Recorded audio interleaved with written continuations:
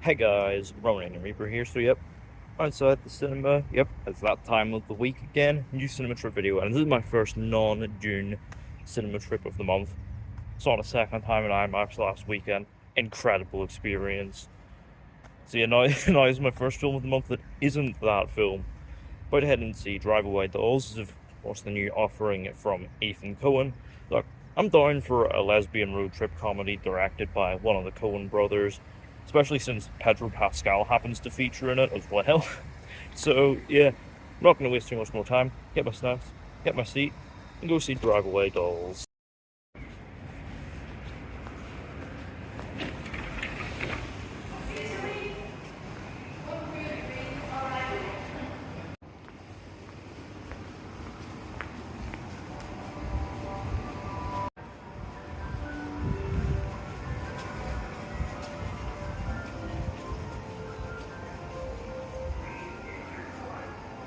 So you've got my popcorn here and a red frozen Fanta, ready for hopefully a fun lesbian road trip B movie.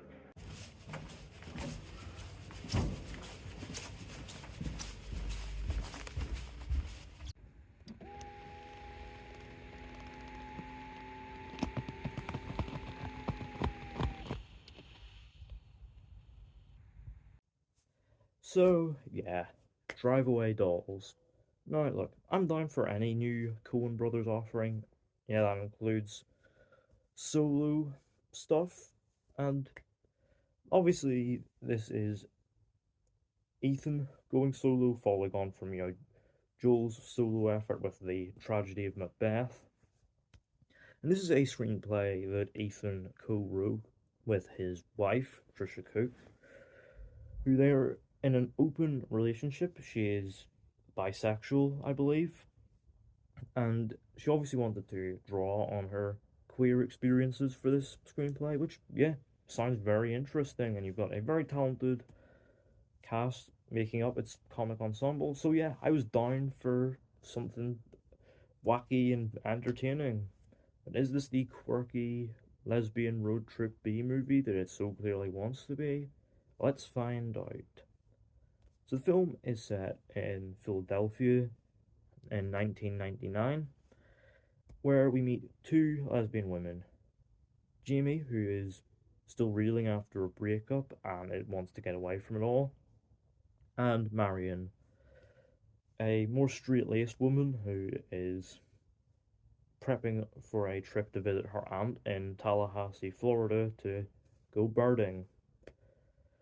And the two women's goals soon end up crossing paths when Jamie books them a drive away to go to Tallahassee in an attempt to get Marion to lighten up. However, their innocent road trip soon ends up taking an unexpected detour when they encounter a mysterious box with a severed head and an even more mysterious briefcase being sought after by a man known only as the Chief.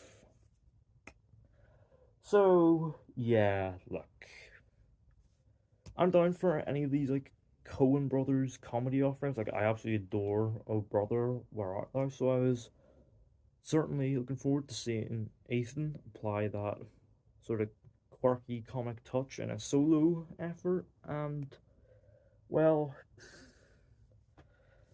going off this film, I came out feeling that yeah, Ethan really needs Joel because this film was such a letdown. And just to be clear, like, I don't completely hate it. I don't think it's a completely terrible film, but yeah, it never really gelled. Like there's an inkling of something here, and I recognize the intent and the attempt to bring that to life. Unfortunately, it mostly fell flat. For instance, there's some kind of interesting, quirky, stylistic choices, like there's like comedy transitions, which worked for a bit and then got kind of annoying.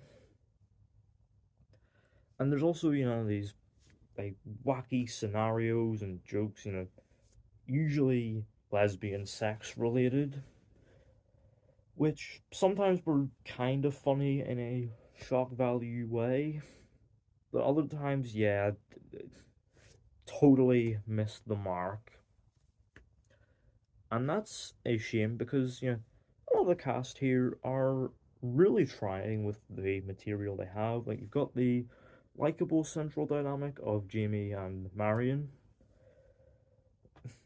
They are a fairly likable pairing, Margaret Qualley and Geraldine Viswanathan, and they do have some good moments, but ultimately their relationship is just not developed enough for me to really feel properly invested in it. There's some good scenes involving like flashbacks to like Marion's formative lesbian experiences. That stuff is actually kind of interesting,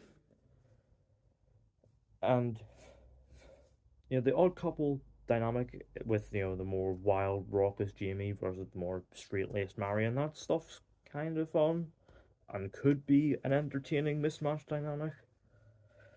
Fortunately, just it never really translates here, especially since that accent that Margaret Qualley is doing, this like Sandy Cheeks ass accent. Oh my god, yeah. It got grating pretty quickly. The supporting cast are mostly pretty solid. There's some fun scenes involving Beanie Feldstein as his hyper aggressive police officer and also Jamie's ex girlfriend. Her scenes are actually pretty fun and got some of the biggest laughs from me. And also the whole recurring thing involving her dog, that was kind of fun.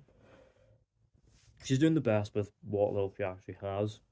I quite like Coleman Domingo as the chief. He's a very good sort of villain screen presence. Like, seriously, casting him as Unicron in Rise of the Beasts was such a base choice.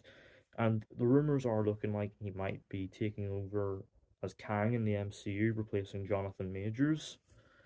He's a very good villain screen presence, and that rings true here.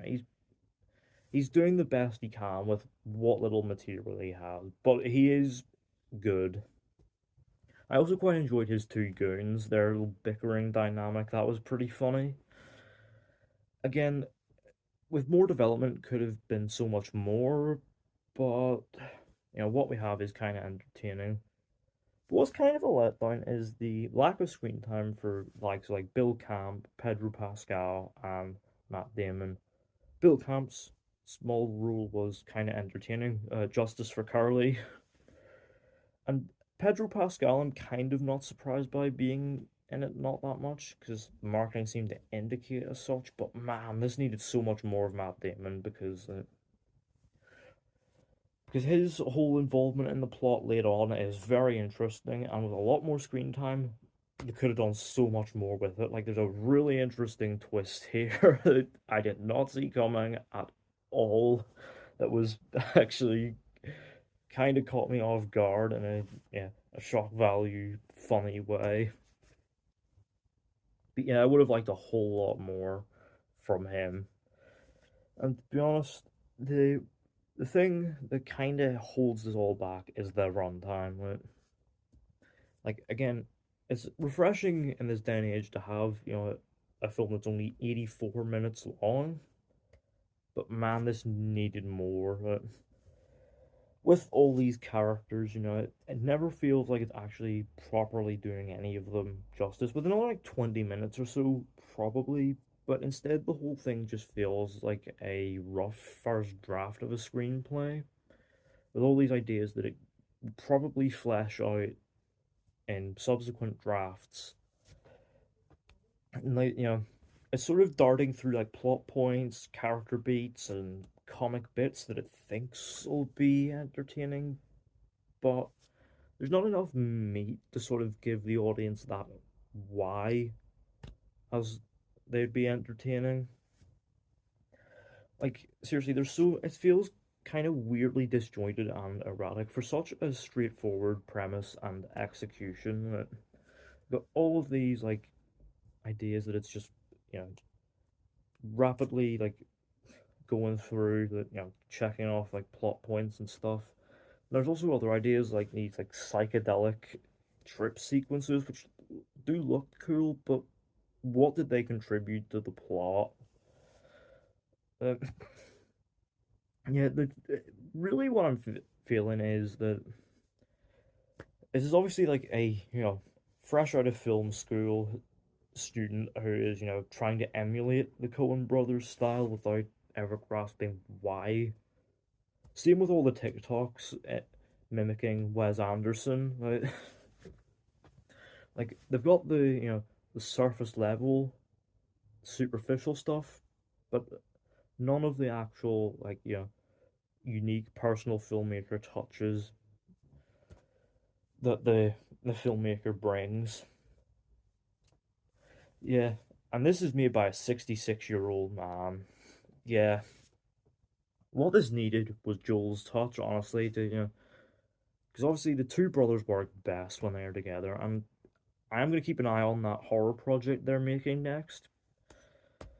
But yeah, right now, yeah, this solo effort from Ethan, yeah, a bit of a letdown. Overall, Drive Away Dolls, I'm gonna give it a 5 out of 10. So yeah, let me know down in the comments, have you seen Drive Away Dolls? What do you think of it? What's your favourite Coen Brothers offering? And yeah, are you looking forward to getting them back together for a film? Let me know all that down in the comments. Don't forget the thumbs up button if you enjoyed. Don't forget the subscribe button if you're new, and don't forget to turn on post notifications so you don't miss an upload.